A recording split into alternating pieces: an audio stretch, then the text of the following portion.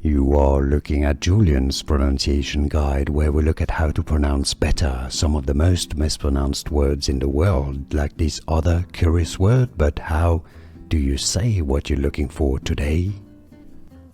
We are looking at how to pronounce these names, as well as how to say more interesting but often confusing biblical names that many mispronounce, so make sure to stay tuned to the channel if you enjoy learning about correct pronunciations of words and names from the Bible.